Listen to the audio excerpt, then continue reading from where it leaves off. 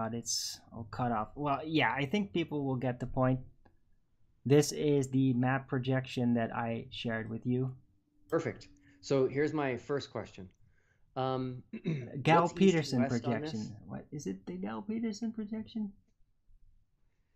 What's east and west on this?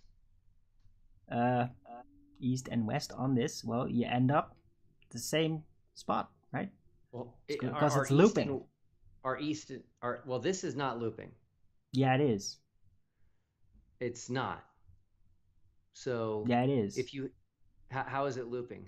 East to west. Okay, so are you saying that this is then a cylinder? No, it's a rectangular looping realm. How does it loop without it being a cylinder? Well, you go in a straight line, you don't evade from that straight line, and then you end up in the same location.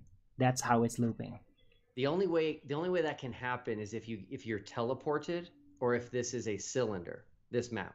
Nope. Not if it's looping. Understand. That's why it's called looping. What does looping mean?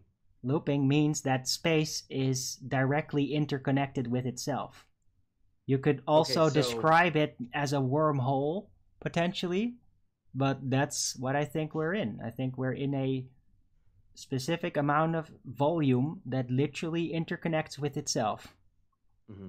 Okay, so on the lower right corner of the map is New Zealand. Do you see that? Yeah. So if I got in a boat and I started heading east on a boat, what would happen to me in the ocean? You'd probably get lost. But if you literally manage to follow the celestial directions and it's not clouded and all that, then you'll end up in South America, in Chile.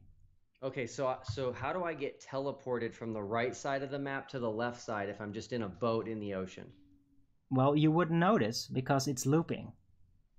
There's no teleportation. There's no dematerializing and rematerializing. It's just this is how the space is interconnected to itself. Okay, so is there a point in this looping stuff where half of my body is on the right side of the map and half of my body is on the left side? Sure, but you wouldn't notice the difference. Because you're at the center, to your perspective. Yeah. So this map would just be scrolling around. Another good way to represent it is to look at the video from Free Energy, which actually made an animation to show you how the loop works. That's from 2016. It's ages ago.